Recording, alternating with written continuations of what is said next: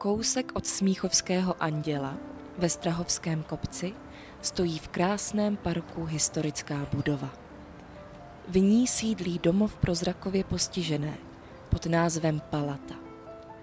Posláním tohoto domova je poskytování komplexní služby lidem se zrakovým postižením, kteří již nejsou soběstační a nemohou nebo nechtějí žít ve svých domovech. Tento domov zajišťuje klientům kvalitní služby a důstojné prostředí, které zvyšuje pocit jistoty a bezpečí. Jeho zřizovatelem je hlavní město Praha. Zlatý nápis na průčelí Francisco Josefínum napovídá, že domov byl zřízen na počest císaře Františka Josefa I. V roce 1888 ke 40. výročí jeho panování se na založení ústavu usnesla valná hromada spolku Spořitelny české a vznikl tak Ústav pro zaopatřování slepců. Poté začala výstavba novorenesanční budovy podle projektu architekta Aloise Elhenického. Ta byla dokončena v roce 1893.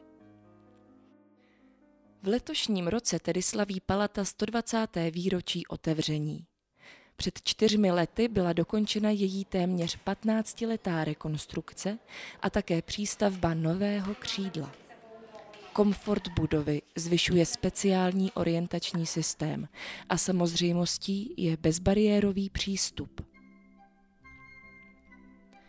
Nádherný park je vybaven prvky prostorové orientace a je otevřen k procházkám a relaxaci nejen klientům, ale i veřejnosti.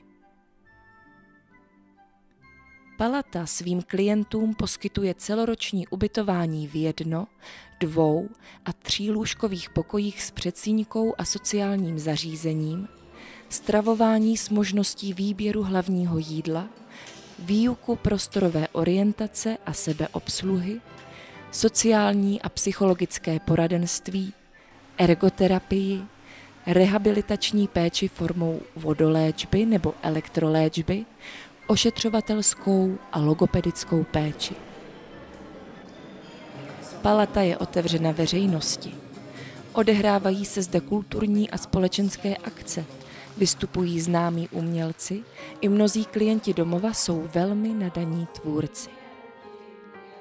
Domov jim poskytuje veškeré pomůcky, například počítač s hlasovým výstupem, televizní digitální lupy, naslouchadla a podobně. Jsou zde nabízeny dle zájmu klientů různé aktivity, například trénování paměti, kondiční cvičení, čtení knih nebo poslechy mluveného slova. Milovníci pejsků mohou 3krát týdně využít kanisterapii. Palata je pravým domovem, a to i díky práci skvěle sehraného a profesionálního týmu zaměstnanců, kteří mají zájem na tom, aby se zde klienti cítili co nejlépe. Konečně, přijďte se k nám někdy podívat.